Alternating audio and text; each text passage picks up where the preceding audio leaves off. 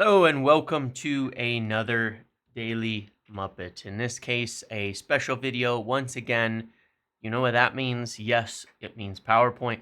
Obviously, we've had the big news in the last couple of days that have come out. One, Sir Jim Ratcliffe's interview, followed very closely yesterday by the announcement of the stadium and a whole event on it and all of that. So a lot has been going on at United, a lot of planning being done for the future. And I think that with everything, a lot of people, from what I can see, are definitely feeling a bit more positive on all of this, feeling a bit more positive on the future, feeling a bit more positive on where we're going. I mean, at the very least, we're getting a lot more communication, a lot more transparency, and a lot more statement of direction as to where United are going. There's obviously the intention to get United back where it needs to be, and I think that's the part that matters the most.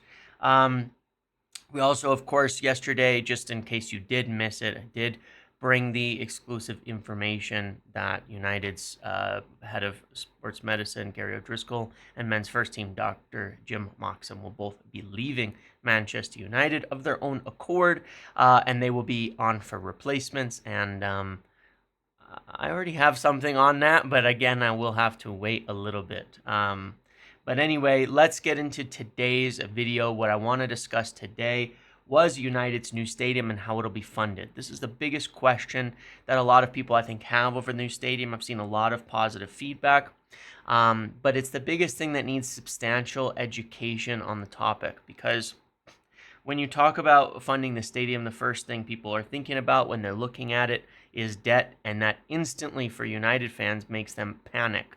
The thought of debt, the thought of adding more debt to the club. But it is important to understand that not all debt is bad. The problem that we've had for such a long time with debt is that the debt that has been levied on the club by the Glazers from the beginning is essentially useless debt. It is debt that never went into investing in the club. Example of this is what I mean.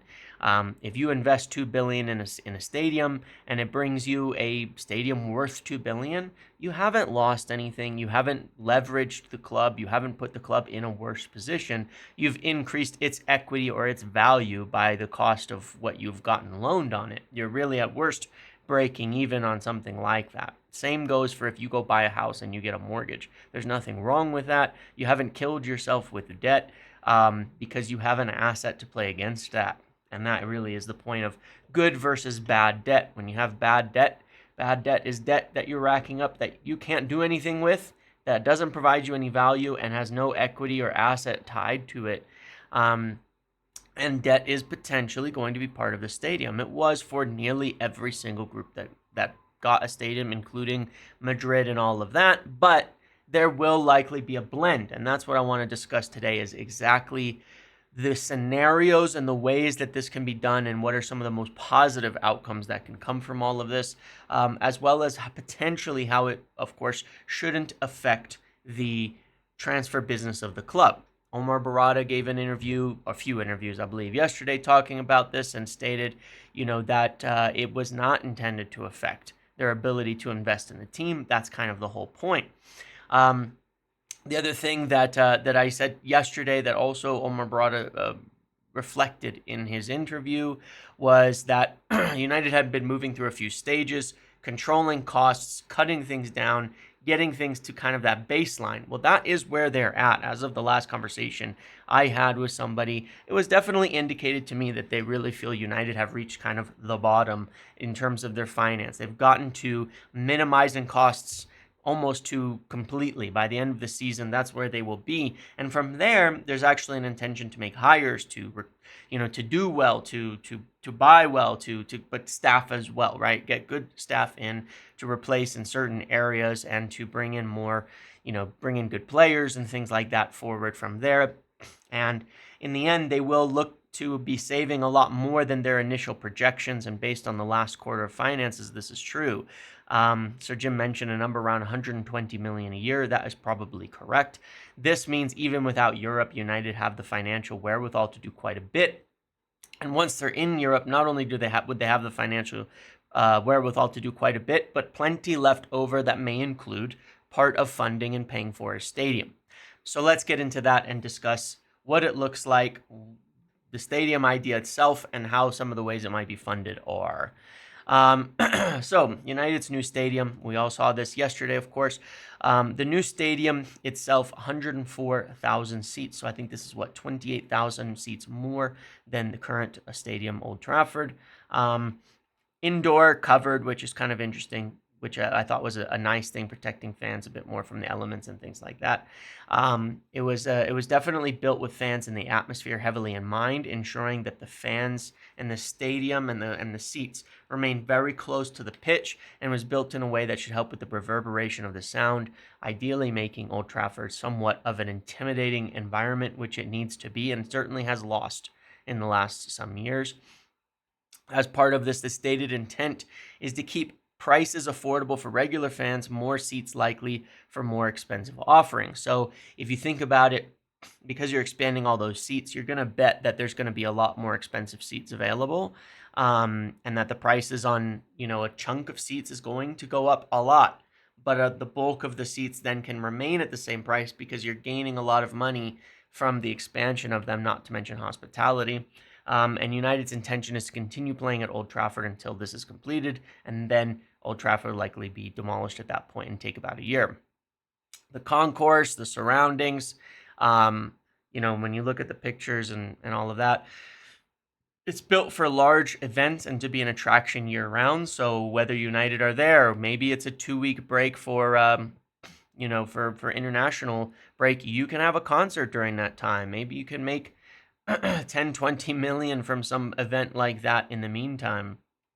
Concerts, shopping, tours, year-round, reasons to go beyond just United and just United playing. That there will be a lot to do there at all times for tourists and people like myself. Heavy inspiration from SoFi and the surrounding rejuvenation of park and venues nearby, as well as open-air flowing design and concourses. So United, obviously, in their U.S. tour, went to SoFi Stadium in Los Angeles last year, and I know that they were incredibly impressed by it, and I can see some of the inspiration in the designs here. The same with the Allegiant Stadium in Las Vegas that they were at the year before. Big open concourses, a lot of flowing and kind of fresh air, even when you can be protected from the elements. The SoFi Stadium is covered, but it's open at the same time, and it's similar in feeling probably to this. So I think that is very, very interesting as well. But the whole area and park around SoFi is incredible with all the things to do over there. It gives you a lot of reasons to go and makes it feel like a very, very nice place. So, again, that a part of all of this as well, a part of the whole thing. Some more facts and figures on this. 5 years to build is the estimation. £2 billion cost, the estimation. The highest tower of the 3 towers there reaches 200 meters. According to the facts figure, there was some stuff talking about steel and glass, but according to the facts figure, the netting is a polymer, like a plastic kind of polymer, for energy and rain absorption. I imagine it's the type of thing that can be replaced in sections if that is the case, so that it can be renewed if there's ever damage or something, and easier than if it was glass or something like that. But I don't know. But that was on the facts and figures sheet that it was going to be a polymer netting for energy, solar, and rain absorption. So yeah, Stretford End has 23,500 capacity according to them, so it's a fairly significant bump up, I believe. The towers are supposedly visible for 37.4 kilometers, so even from Liverpool, from what they say. Largest stadium in the UK as well. And just in conversations I've had with people, obviously, look, when you look at designs, when you look at all of this, you're going to get different views, you're going to get different you're going to get different opinions on whether you like it, don't like it, all of that. There's the aesthetics that go into it. But the intention, the goal, was to go for something that was absolutely iconic, that would really stand out and look unique, different, and people would take notice of, and you would know that is where you're going to play Manchester United. And that respect, I think that they've succeeded very, very mightily, very significantly, had success on this point. I have not mixed opinions. I think the inside is perfect, and I think it's built exactly how you would want. I think it looks like an incredible ground. The way that it's laid out, I think the concourse, the setting, the flow, all of that is wonderful. The look, we'll see. It's some aspects I like, some maybe a little less, but it doesn't really matter. I like that it is incredibly noticeable. I like the three towers with the red and the trident and all of that. I like those things. There's a lot to like about it, um, but it definitely will stick in my mind for a long time. That's for sure. And this. Let me start to move my camera to a different spot now for the next part of this. Um, in terms of revenue gained just from the stadium itself, I want to be clear, could easily be 100 million a year. When you look at like extra seats and things like that, if those seats are more expensive, you could easily be making 2 million per game more just from the extra seats. And then if you think about that, 35 games a season that you could potentially play in there, maybe more. It depends, right? How well United do, how they do in the cups, but you're thinking at least probably four to eight cup games, 4 to 8 Champions League or European games, by then. So, you could have 30, 35. You can easily make 70 million just from ticket sales. Then you have things like hospitality seating, hospitality offerings, which are going to be quite large. And expensive, mind you. And that's where you can get people who are willing to pay a lot of money. So realistically, I could see the revenue gains from just the seating, just the stadium, just the games, 100 million. And there's obviously a lot more that can tie into the revenue as well. And that matters when we're talking about how you pay for it. So how do we pay for this? Well, there was 4 things that I think are important to look at. Sir Jim reiterated no government funding of the ground itself, but definitely important for regeneration of area itself to drive business and consumers. Omar commented strongly on it being a project they believe will be interesting to investors. Now, Omar and Sir Jim, I believe, are going to a conference in France, I think, in the next few days, in a week or so, where it's about real estate and things like that, where they'll be showing off the stadium and likely looking for things like private investors, which we'll talk about shortly. My understanding has been that Ineos have been looking at commercial and private investors and partners since before they got into the club. Um, the intention has always been the stadium. The stadium is the legacy aspect of this whole thing, and that they've been looking into the potential ways that this could be done for a long, long time. And I mean, they started on this project pretty much instantly when they got in. They've been planning it for a long time, so I think they have some ideas in mind there already. It is likely to be a blend of multiple different investment, partnership, and even, yes, debt angles to get the stadium done. But let's look at this like full debt approach. Let's say it's 2.5 billion, okay, for the stadium, because over budgets, things like that, you want to get more money, more loan than you think you're going to need. At the current rates of loaning, this would be around 150 million a year just on that scary, scary thing called interest, right? When Madrid got their stadium and they took out over $1 billion in debt, they were paying at rates at that time around 2%. Okay, and so it meant that their interest payments were extremely low, 20 to 40 million rather, at a rate that is easily affordable with the things that they've done to raise money. So a full debt approach is unlikely to be viable. United, with all the savings that they've made, could probably not even afford the interest on this. Because remember, United were losing a lot of money. So even if they save 120 million a year, they were losing about 80 million a year.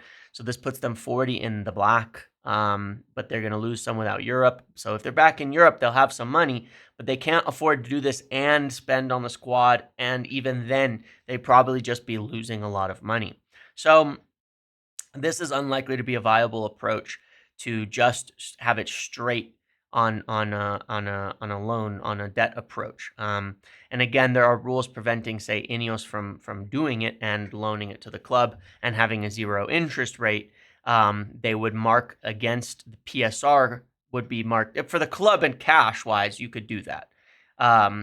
but PSR would mark against the club a significant interest cost, because they don't really allow zero interest loans, since basically that would be owner contribution beyond what is the limit of PSR. So they can't do that. So this approach is unlikely to be viable even with the Glazer debt gone.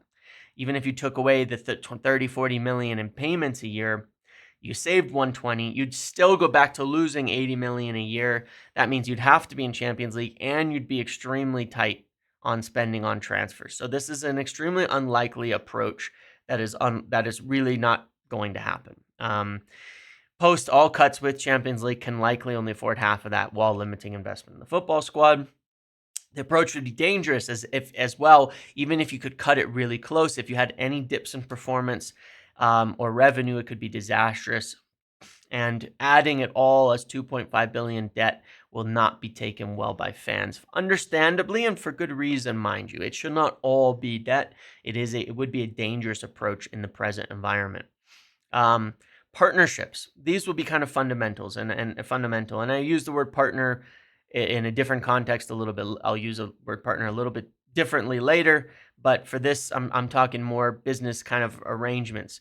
Levers, events, partners like Madrid with Legends and Barcelona, selling off things like royalties, rights for events that can be held at the new stadium could be significant. I think Madrid received around 300 million in cash up front just for working with Legends on, giving them rights to set up events that will be done at Madrid and have royalties and things like that. So there's potential for 300, 400, 500 million in this area. So if you take that 2.5 billion, you take a chunk out of that. And that's okay. Those are the types of rights, levers, things like that you potentially would be able to sell, that are not going to damage the club. You're selling off a portion, essentially, of future additional revenue that is separate to your football revenue. So it's not that 100 million from ticket sales for games and hospitality, but it's extra events that you would not have had otherwise. You're selling off portions of revenue from that. So you can still make revenue on those things, but you're getting cash now to be able to do that. So that's one way of bringing cash in towards the overall purchase of the stadium. Naming rights, 40, 50 million a year for the stadium could potentially be obtained. Snapdragon at Old Trafford, Pot Noodle, No, but this could potentially cover a portion of the finance costs or raise funds. You could do things like get an agreement that you're getting it for 40 million over 10, for 10 years, it's 400 million. You take that money up front or something, or you take a loan out to take that money up front and on better terms, or you work it out with the sponsor or something, or it just covers, if you have that, let's say you're getting that 2.5 billion, you've raised funds where you only need $1 billion in debt. Well, now it's going to cost you 50 million a year to pay for that. Well, the naming rights could cover it, and then you have no drain on the year-to-year finances, if that makes sense. So it's all kind of in combination of how these things would work. Extra events year-round. This contributes to potentially increasing revenue from the stadium as a key part of the project with the government rejuvenation, but will only help funding and revenue after the fact. So once the thing is built, then events and things that you're going to have all around, there's going to be revenue from that. Could be tons of money. So there's potential that you could get maybe, likely that's coming later, but maybe in the short term, there's ways to get that money kind of upfront to bring it in.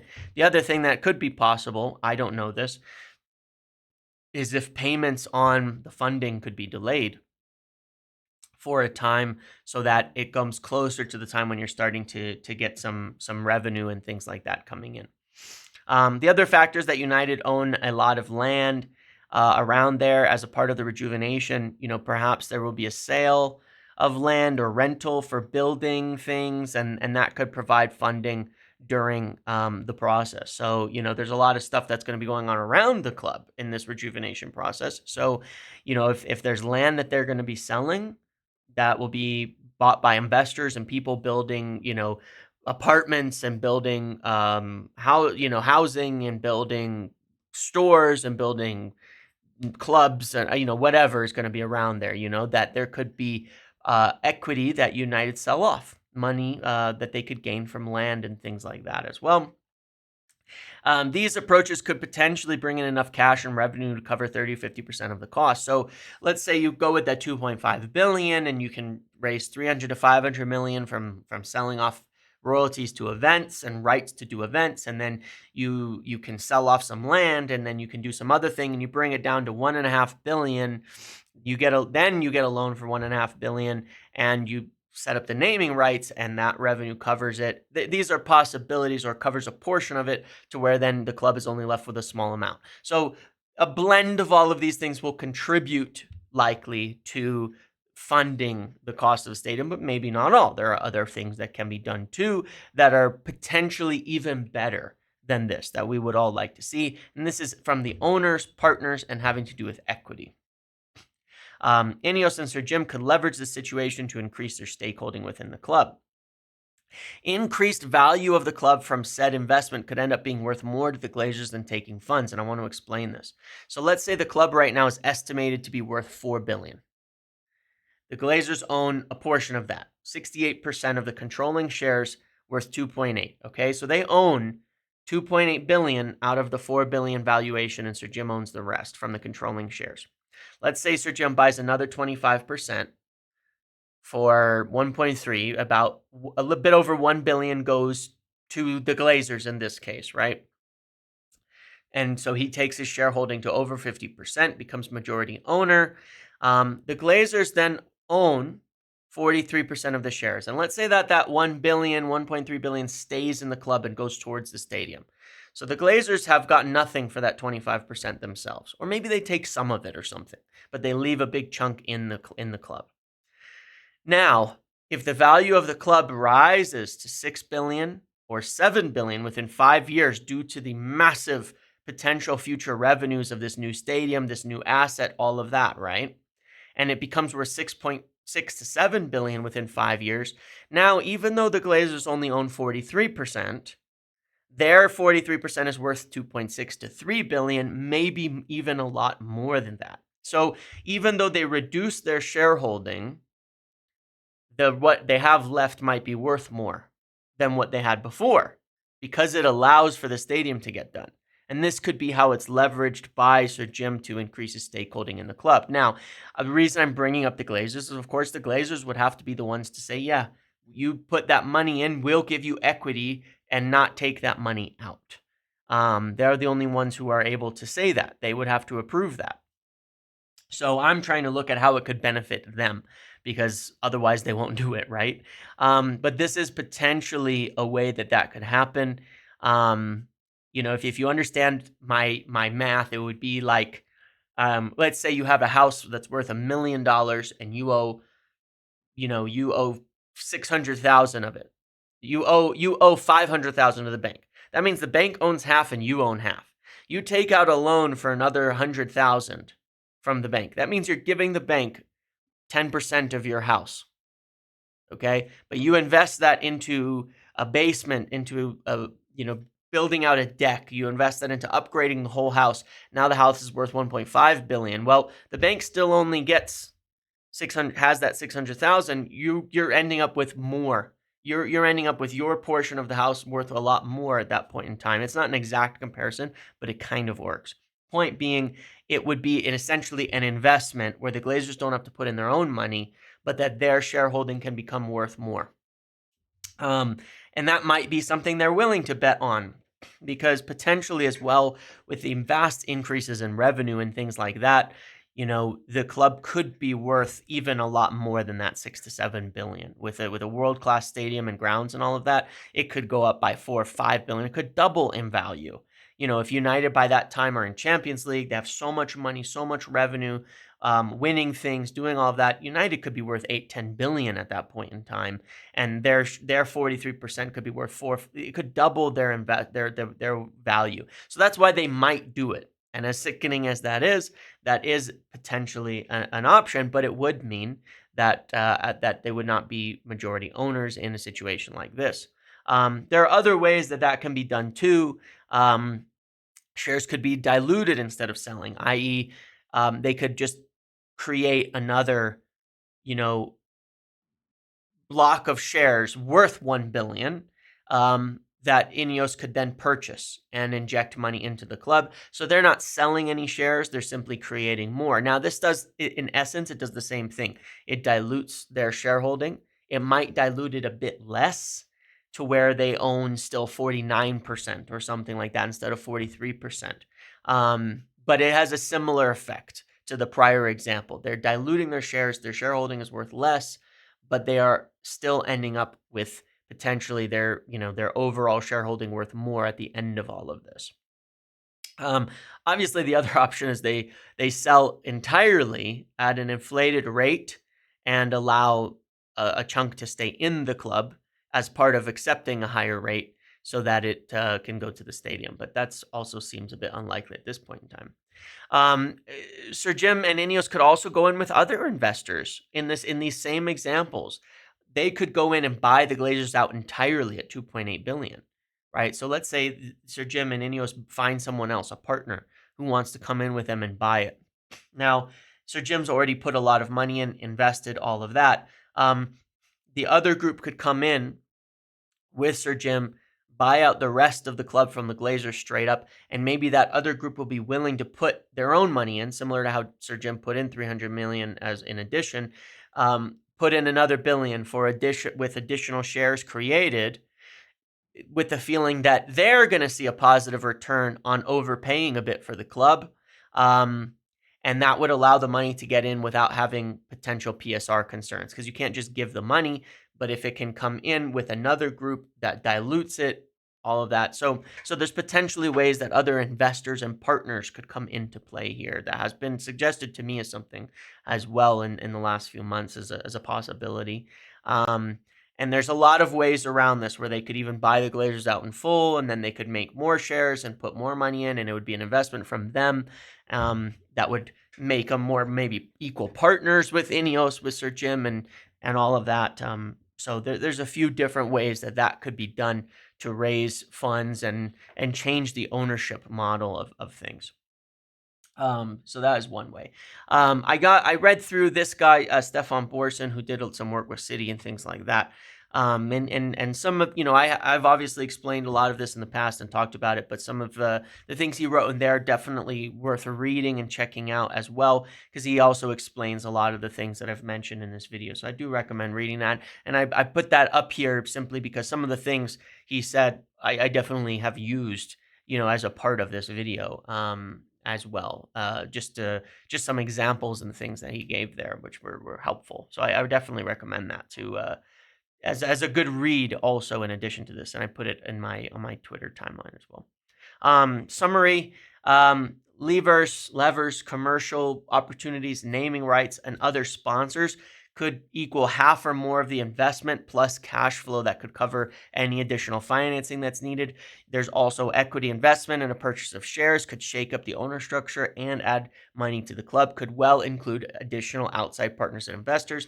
Again, it could be a blend of all of these things. You could get 500 million from events and royalties, 50 million a year from sponsors, 500 million from land sales, 1 billion from the owners invested, and then another billion and then another billion on debt that is covered by the naming rights. And so it could blend all of these things together to add up to what is needed in terms of money, but also in terms of the cash flow to cover, the money, in terms of cash flow to cover potentially any payments that are needed until the stadium is up and running. And then it will make so much more cash than is needed for financing and things like that. And then you would actually end up with huge amounts of excess. The remaining funds, if of what isn't covered, will likely be obtained by debt finance, but this may be limited to a level that is sustainably covered by additional revenue streams from the start and cash upfront from investors. So again, there could be debt, but it could be very likely will be covered, if there is, by some of the things that they can do to raise cash until it's built. Once it's built and the revenue streams are coming in, it's more than covered. I think Real Madrid, their whole estimate thing was they were ending up paying off their stadium way early, and that they had hundreds of millions left over, to the point that it's really ridiculous. And that's how it should be when it is done right. It should be a great, great investment. So that's what I have for that. Hopefully that kind of explains the basics of what can be done to fund a stadium without putting it on the club. without having to inflate ticket prices massively in the short term or things like that. That none of that really has to happen in order to, make this all work and have it be successful. So there's a lot of avenues that United have in order to reach the financing, the money, the routes that they can go. Again, things like selling off future revenue streams, sponsors, naming rights, debt, and owner and equity investment, private investors. There's other sponsorships and things possible too. Investors in the area, investors in the rejuvenation. That's a part of why they wanted that, is they can say, look, you come in and you give us money to build on our land and invest in your project and things like that. The government's going to help to fund some of this stuff. This is a big deal. There's a lot that will go into this, and so there's a lot that they have in mind, and a lot that can be done to create this. But they obviously already know a good portion of what they're going to do, even though they haven't really said it, based on the discussions from Sir Jim and Omar talking about they don't need government money, and they've made a lot of comments kind of indicating they know how. And as far as I've heard, they have had a plan for quite a while. I think obviously they're always going to be looking for more investment, more people, more all of that, because the more they have of that, the less would be needed for straight money put in or straight or debt. So we'll see where it goes, obviously, by summer and all of that in terms of more details, but it is likely to be a combination of all of the things mentioned in this video. Hopefully that makes sense. Don't think of it as somebody's got to give us 2.5 billion or 2 billion. Think of it as, how do we, what are all the pieces we can put together to get closer to that, so that it can be fundable. And that would be in most instances how it can be done, and how it was done as well in Spain. So it makes sense to me. Okay, that's what I have for this video. Not too long, hopefully understandable. Thank you for watching. Make sure to like, comment, subscribe, turn notifications on, and I will see you in the next one.